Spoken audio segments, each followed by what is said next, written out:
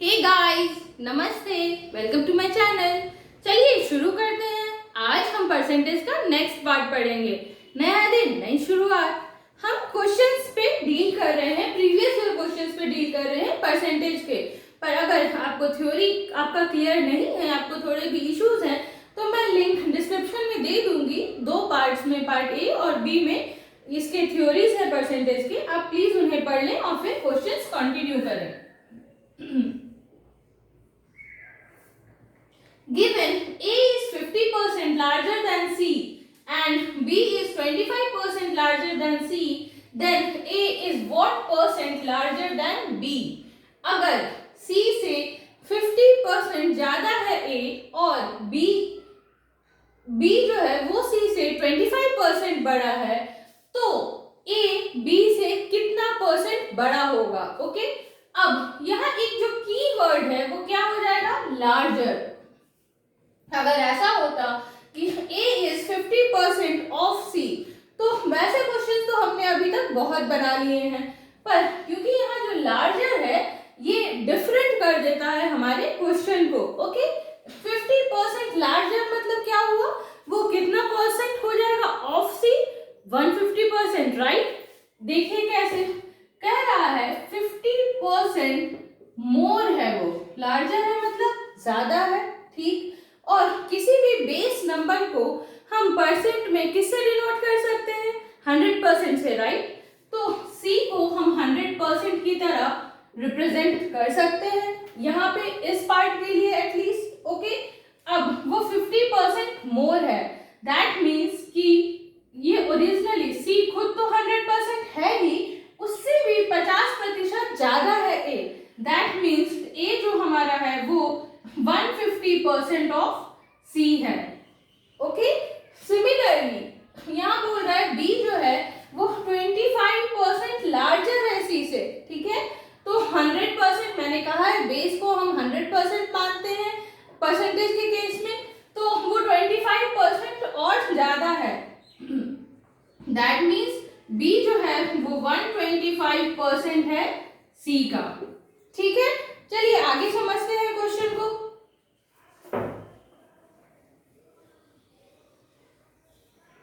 ये सब लिखने की जरूरत नहीं है, ये समझाने के लिए मैंने लिखा था, ताकि आपको अच्छे से थ्योरी समझ आए, ये क्वेश्चन समझ आए और ऐसा क्यों होता है ये बात समझ आए, ठीक है। अब according to the question, A equals to 150% of C। Okay, या आप ये भी लिख सकते हैं यहाँ पे कि A equals to C plus 50% of C, ठीक है। दोनों एक ही बात होगी। देखिए मैं पहले इसे भी सॉल्व करके दिखाती हूँ, वो इक्वल ही आएगा 150% ऑफ C के, ठीक है, जैसा कि मैंने अभी पहले आपको समझाया था। ये तो आप लिख ही सकते हो। अगर इस बात को आप नहीं भी रिप्रेजेंट करो, नहीं भी ध्यान रहे, आपको मिस हो जाए कि जो हमारा बेस होता है वो 100% से रिप्रेजेंट होता है, ये तो पक्का ही होगा कि क्योंकि 50% लार्जर है C से, दैट मीन्स A जो है वो C प्लस 50% ऑफ C है, उसका 50% और ज्यादा है वो, ठीक है। अब इसका अगर हम एलसीएम लें तो देखिए C plus 50/100, C equals to 100C plus 50C by 100 equals to 150/100C, right. और अगर इसका हम परसेंट में कन्वर्जन करें तो इनटू 100% हो जाएगा, तो ये कट जाएगा, इक्वल्स टू 150% ऑफ C या 150% C, राइट। और क्या यहाँ मैंने 150% ऑफ C नहीं लिखा था? लिखा था, राइट। अगर आप एक कॉम्पिटिटिव स्टूडेंट हो तो आपको डायरेक्टली इतना आना चाहिए कि अगर 50% ज्यादा बोल रहा है C से, तो जैसा मैंने पहले शीट में आपको दिखाया था करके, वो C जो हमारा बेस है वो 100% हो जाएगा, और उससे 50% ज्यादा है A, तो 100 plus 50 equals to 150% of C हो जाएगा हमारा A। लेकिन अगर आप एक स्कूल स्टूडेंट हो, 10th 9th या 8th के स्टूडेंट हो, एंड यू वांट कि आपको पूरा डिटेल्स होना चाहिए, ऑब्वियसली, क्योंकि हमारे बोर्ड्स में या हमारे CBSE के पैटर्न में हमें स्टेप मार्किंग मिलती है, तो उस केस में आप प्लीज इसे फॉलो करें, A equals to C plus 50% of C, and then यहाँ तक आप लेके आओगे उसे, ठीक है, दैट इज 150/100c, या यहाँ पे आप लिख सकते हो 150/100c, that means a equals to 150/100c। आप यहाँ पे इसे कट भी कर सकते हो, 5 3 जा 15, 5 2 जा 10, दैट मीन्स 3/2c। ठीक है, चलिए आगे हम सॉल्व करते हैं। Okay, a equals to 150% of c, again b equals to क्या है, तो मैंने अभी बताया आपको 125% ऑफ c, राइट, क्योंकि 25% लार्जर है। अगेन यहाँ पे भी आप जैसे a के केस में मैंने किया उस तरह से आप सॉल्व कर सकते हो, c प्लस 25% ऑफ c, आप इसे सॉल्व करोगे तो वो इक्वल आ जाएगा 125% ऑफ c के। ठीक है, अब चलिए इन दोनों को हम सॉल्व करें। 150% of c means 150/100 into c, right, percent means by 100, सो ये कट होगा, 5 3 जा 15, 5 2 जा 10, that means 3/2c, and here 125% of c means 125/100 into c, 25 into 5 equals to 125, 25 4 जा 100, so 5/4c। ओके, तो अब हमें a का वैल्यू मिल गया है c के रेफरेंस में, रेस्पेक्ट में, एंड b का वैल्यू भी मिल गया है c के रेस्पेक्ट में, राइट। अब हमसे पूछ क्या रहा है कि a is what percent larger than b, right. तो उसके लिए हम सबसे पहले क्या करेंगे, तो a कितना बड़ा है b से ये निकालेंगे। जब हमें ये पता चल जाएगा, वो अमाउंट पता चल जाएगा कि a b से कितना बड़ा है, तो क्या हम उसे परसेंट में इजीली कन्वर्ट नहीं कर लेंगे, कर लेंगे, राइट। चलिए मैं इसे मिटा देती हूँ।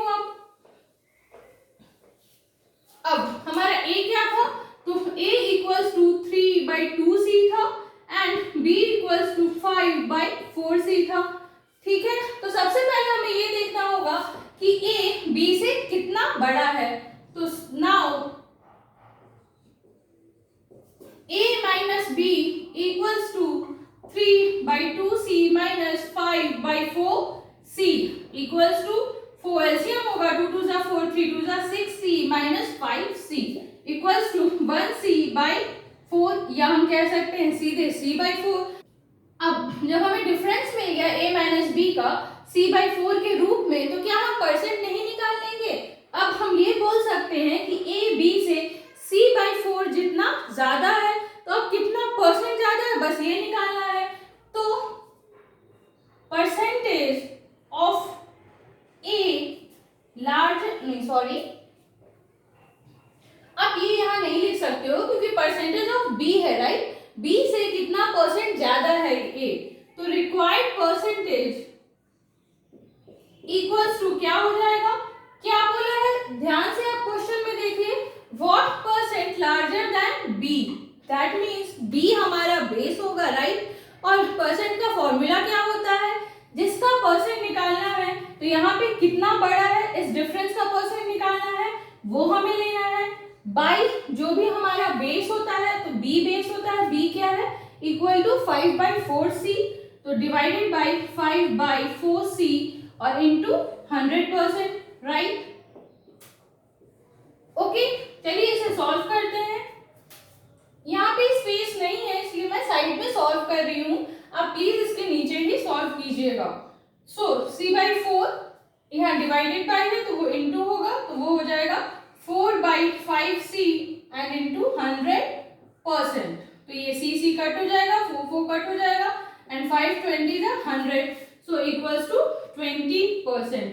यही हमारा आंसर हो जाएगा, रिक्वायर्ड परसेंटेज इक्वल्स टू 20%। ठीक है,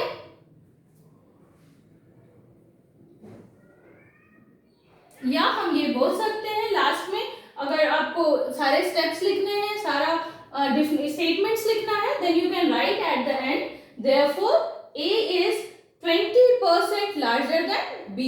या इस क्वेश्चन से रिलेटेड नहीं है, मैं ये बस बताना चाह रही हूँ, क्या हम इसे ऐसे नहीं कह सकते हैं कि a इज 120% ऑफ b। एक बार सोच के देखिएगा, और अगर आप इसे अच्छे से सोचिएगा, समझिएगा, तभी जाके आपके परसेंटेज की जो थ्योरी है, जो कॉन्सेप्शन है, वो अच्छी तरह क्लियर हो पाएगा। अब हमारा नेक्स्ट क्वेश्चन क्या है, the population of a village is 25,000, 1/5 are females and the rest are males. 5% of males and 40% of females are uneducated. What percentage on the whole are educated? Okay अब देखिए इस question को अगर आप बिना statements के बनाएंगे तो ये थोड़ा टाइम जरूर लेगा और क्वेश्चंस के कंपैरिजन में, बट यूं बन सकता है। हाँ, स्टेटमेंट्स के साथ बनाने में थोड़ा समय जरूर लगेगा। ये क्वेश्चन थोड़ा लेंदी बनेगा अगर मैं स्टेटमेंट्स के साथ बनाने जाऊं, और संभव है नहीं, पक्के से यहाँ स्पेस भी उतना नहीं हो पाएगा कि मैं पूरे क्वेश्चन को अच्छे से बस स्टेटमेंट सॉल्व कर सकूं। आई होप आपको स्टेटमेंट्स आ जाएंगे। अभी तक मैंने जैसे स्टेटमेंट्स लिखते आई हूँ मैंने आपको बताया है, तो मुझे आशा है कि आप इसके स्टेटमेंट्स खुद ही लिख लोगे। बट इन केस किसी को अगर चाहिए कि मैं इसके सोल्यूशन को पूरे स्टेटमेंट्स के साथ सॉल्व करके आपको बताऊं, तो आप नीचे कमेंट सेक्शन में डाल देना। मैं इसी क्वेश्चन को फिर से अपने नेक्स्ट वीडियो में जब भी आप कमेंट करोगे, तो उसके बाद मैं जो भी वीडियो डालूंगी उसमें इस क्वेश्चन को फिर से प्रॉपर तरीके से फुल स्टेटमेंट्स के साथ लिख के बता दूंगी। मैं एक काम करूंगी, क्वेश्चन लिख के नेक्स्ट बोर्ड में उसका सोल्यूशन बना दूंगी। अभी के लिए मैं इसका जो सॉल्यूशन है बस वो बता दे रही हूँ विदाउट स्टेटमेंट्स। ओके, अब क्वेश्चन क्या कहता है, एक विलेज है जिसका पॉपुलेशन 25,000 है। ओके, उसमें से 1/5 फीमेल्स हैं एंड जो रेस्ट हैं वो मेल्स हैं। अब अगर आपका फ्रैक्शंस क्लियर होगा तो आपको पता होगा कि जैसे परसेंट के केस में हम होल को 100% की तरह ट्रीट करते हैं, ठीक वैसे ही फ्रैक्शंस के केस में हम होल को एज अ 1 ट्रीट करते हैं, राइट। तो यहाँ पे कह रहा है 1/5 आर फीमेल्स, तो मेल्स हमारे कितने हो जाएंगे, तो मेल्स 1 माइनस 1/5 हो जाएंगे, राइट।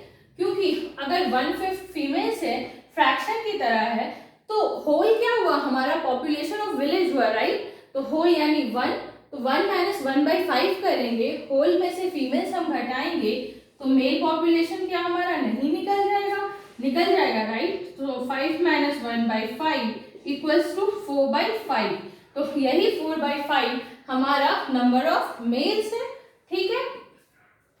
अब कहता है कि 5% ऑफ मेल्स और 40% ऑफ फीमेल्स जो हैं वो अनएजुकेटेड हैं।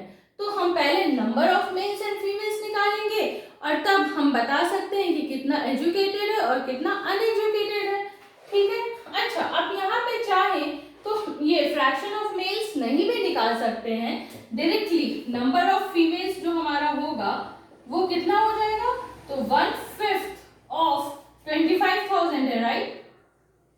तो 5 5 25, दैट मीन्स 5,000। तो नंबर ऑफ मेल्स भी आप यहाँ से निकाल सकते हैं, सीधे 25,000 माइनस 5,000 कर दोगे तो आपको 20,000 मिल जाएगा, और नहीं तो आप 4/5 ऑफ 25,000 भी कर सकते हो, तो भी आप देखोगे 5 5 25 एंड 5 4 20, तो भी 20,000 ही आएगा, ठीक है। अब हमें number of males and number of females तो पता चल गया। अब हमें पूछ क्या रहा है, क्वेश्चन हमारा क्या है, what percentage on the whole are educated. अब यहाँ पे एक कैच है, बहुत ध्यान देने की जरूरत है।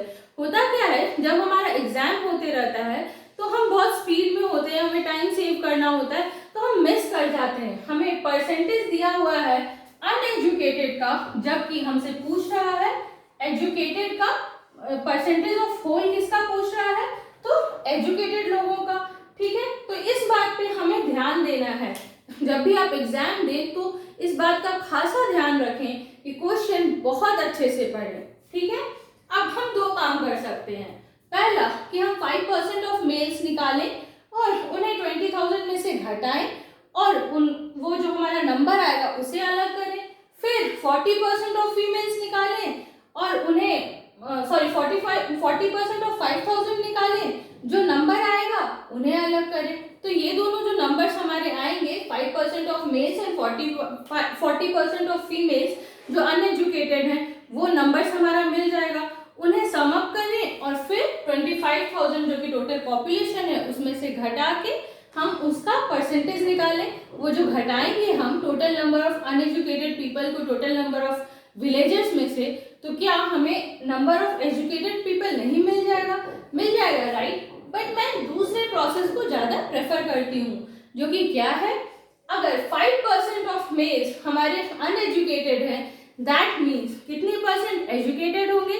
तो जैसा कि मैंने अभी कहा या पिछले क्वेश्चन में भी बताया कि परसेंटेज के केस में हम जो भी हमारा होल होता है, बेस जिन्हें हम मानते हैं, जो कि यहाँ पे मेल्स हैं, अभी 5% ऑफ मेल्स के केस में उसे हम टोटल मेल्स को 100% की तरह ट्रीट कर सकते हैं, राइट।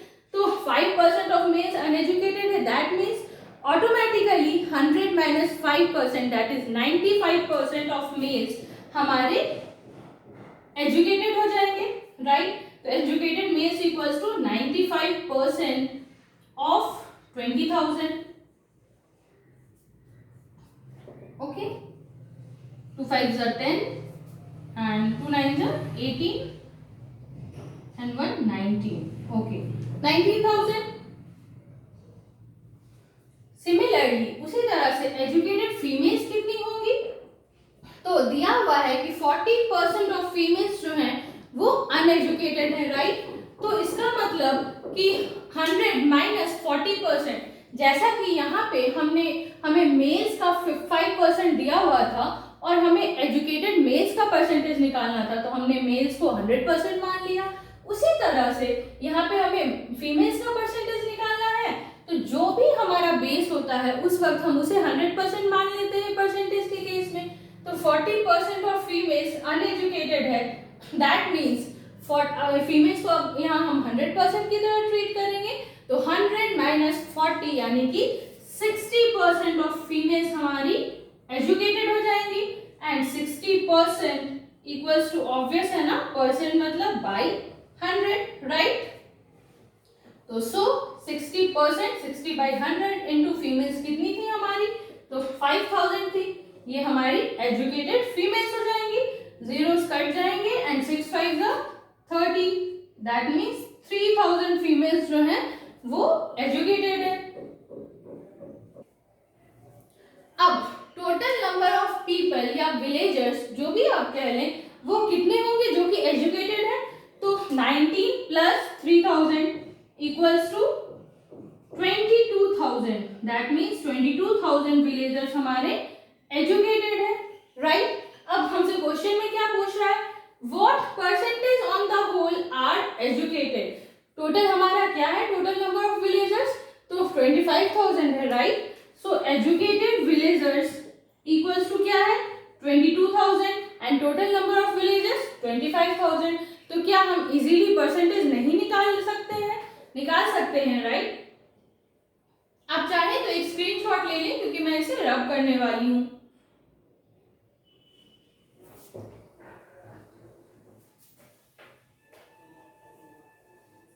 ओके, तो therefore percentage of educated villagers, मैं फिर से कह रही हूं, अगर आप कॉम्पिटिटिव एग्जाम्स के लिए प्रिपेयर कर रहे हो तो आपको स्टेटमेंट्स लिखने की जरूरत नहीं है।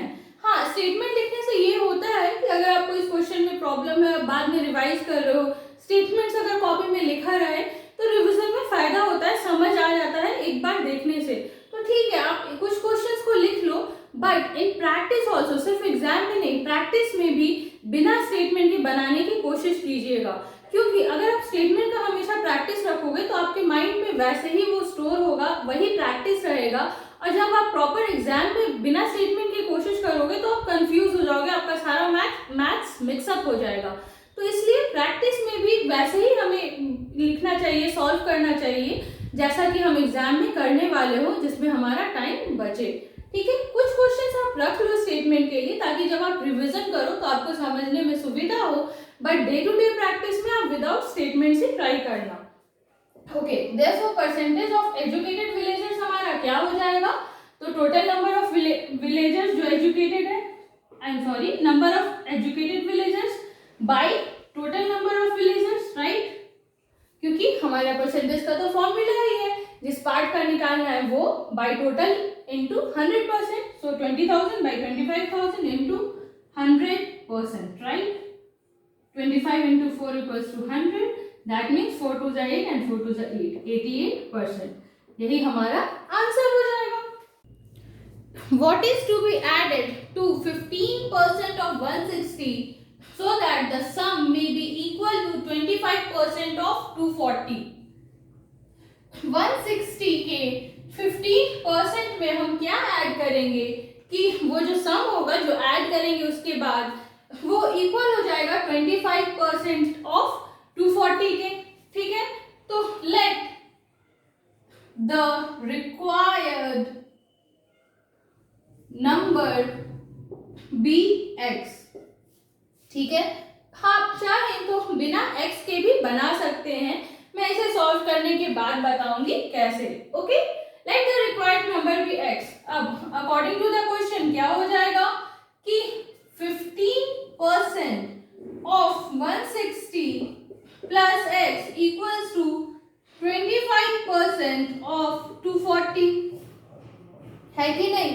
क्योंकि क्वेश्चन में तो यही बोला था कि 15% ऑफ 160 में हम क्या ऐड करेंगे कि वो इक्वल हो जाएगा 25% ऑफ 240 के. अब कुछ नहीं करना है, बस इस इक्वेशन को फटाक से सॉल्व कर लेना है. तो question means by 100 into 160 plus x equals to 25% of 240. ठीक है, अब यहाँ पे देखिए मैंने पहले भी जो अदर पार्ट्स में क्वेश्चंस बनाए थे उसमें इक्वेशंस थे, मैंने 100 और 100 को कट कर दिया था. पर क्या यहाँ पे हम वैसे कट कर सकते हैं? नहीं कर सकते हैं. क्यों? क्योंकि यहाँ पे सिर्फ एक टर्म नहीं है. इधर तो एक ही टर्म है बट यहाँ पे दो टर्म्स है. अब टर्म्स क्या होते हैं मैं यहाँ पे थोड़ा सा समझा देती हूँ इनकेस आपको ना पता हो. किसी भी इक्वेशन के LHS में या RHS में नंबर ऑफ टर्म्स डिफरेंशिएट होते हैं, अलग अलग हम बता सकते हैं जब उनके बीच में या तो प्लस साइन हो या माइनस साइन हो.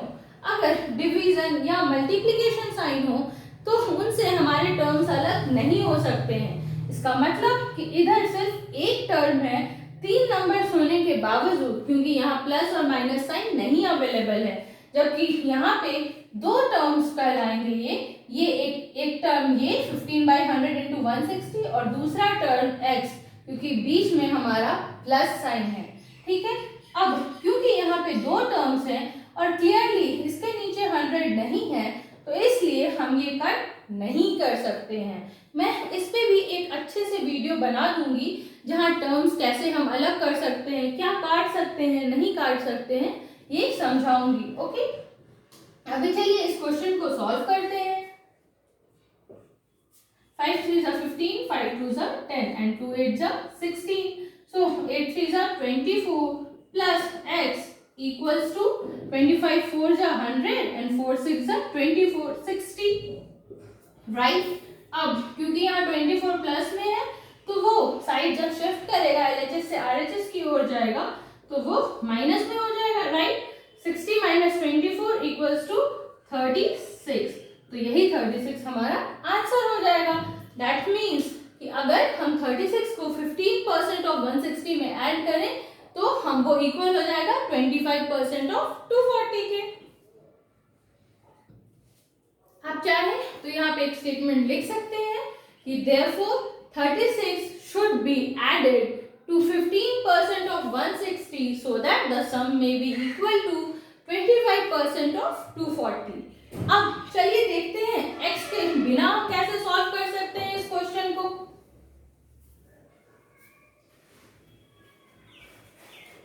अभी पहले वाले सॉल्यूशन से आप इतना तो समझ ही गए होंगे, अगर आपको क्वेश्चन पढ़ के इंस्टेंटली ये नहीं समझ आया हो कि जो हमसे रिक्वायर कर रहा है वो ये है कि 25% ऑफ 240 और 15% ऑफ 160 का डिफरेंस क्या होगा. राइट? 15% ऑफ 160 में हम क्या जोड़ेंगे कि 25% ऑफ 240 आएगा, ये पूछ रहा है. अच्छा आप बताएं, A में अगर हम B जोड़ते हैं तो हमें C आएगा, तो हम ये नहीं कह सकते हैं कि B इक्वल होगा C में से जब हम A हटाएंगे. कह सकते हैं, राइट। तो सिमिलरली हमें जो रिक्वायर्ड है, जो नंबर हमें ऐड करना होगा 15% ऑफ 160 में, ताकि हमें 25% ऑफ 240 आए, वो इक्वल हो जाएगा 25% ऑफ 240 माइनस 15% ऑफ 160, राइट। अगर आपको ये कंसीव करने में, एक बार में समझने में दिक्कत हो रही है, तो आप एक्स वाले मेथड से सॉल्व कर सकते हो, उसमें कोई प्रॉब्लम नहीं है। So 25% of 240 minus 15% of 160।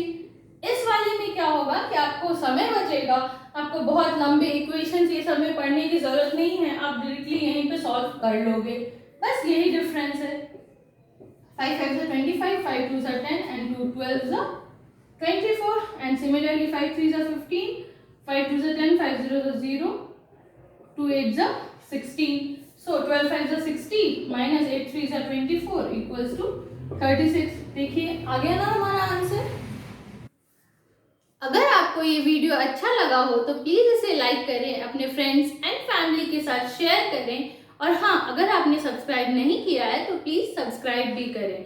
और अगर मैंने एक क्वेश्चन में अभी फ्रैक्शंस के बारे में भी बताया था, इससे जस्ट पहले वाले क्वेश्चन में, 20 नंबर क्वेश्चन में, तो अगर आपका फ्रैक्शंस का कॉन्सेप्शन क्लियर ना हो तो मैं नीचे डिस्क्रिप्शन में उनके भी लिंक डाल दूंगी, आप प्लीज जाके एक बार उसे भी पढ़ लें। आज के लिए इतना ही, धन्यवाद। और हाँ, अगर आपको मैथ से रिलेटेड किसी और क्वेश्चन में भी प्रॉब्लम हो, मान लीजिए परसेंटेज अभी मैं पढ़ा रही हूँ इससे रिलेटेड, नंबर सिस्टम का मैंने पूरा पढ़ा रखा है उससे रिलेटेड, या किसी भी और चैप्टर से भी रिलेटेड, तो आप मेरे मेल आईडी crackmathematics@gmail.com के थ्रू मुझसे पूछ सकते हैं। मैं जब भी नेक्स्ट वीडियो बनाऊंगी उस वीडियो में आपके क्वेश्चंस जरूर सॉल्व कर दूंगी।